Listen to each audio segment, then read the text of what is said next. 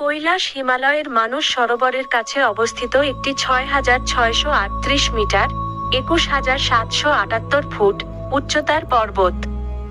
এটি তিব্বত স্বায়ত্তশাসিত অঞ্চলের পশ্চিম অংশে অবস্থিত। কৈলাস পর্বত হিন্দু, বৌদ্ধ, জৈন এবং বৌন ধর্মের জন্য একটি পবিত্র পর্বত। হিন্দুদের কাছে এটি শিবের বাসস্থান হিসাবে বিবেচিত হয়। বৌদ্ধরা এটিকে বুদ্ধের মেরু বা পৃথিবীর কেন্দ্র হিসাবে বিশ্বাস করেন।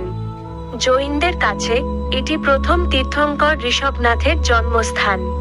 বৌন ধর্মে এটি একটি শক্তিশালী শক্তির স্থান হিসাবে বিবেচিত হয়। কৈলাস পর্বত একটি জনপ্রিয় তীর্থস্থান এবং প্রতি বছর হাজার হাজার মানুষ এটি পরিদর্শন করেন। তীর্থযাত্রীরা সাধারণত পর্বতের চারপাশে 53 কিলোমিটার 33 মাইল দীর্ঘ পরিক্রমা করেন, যা কৈলাস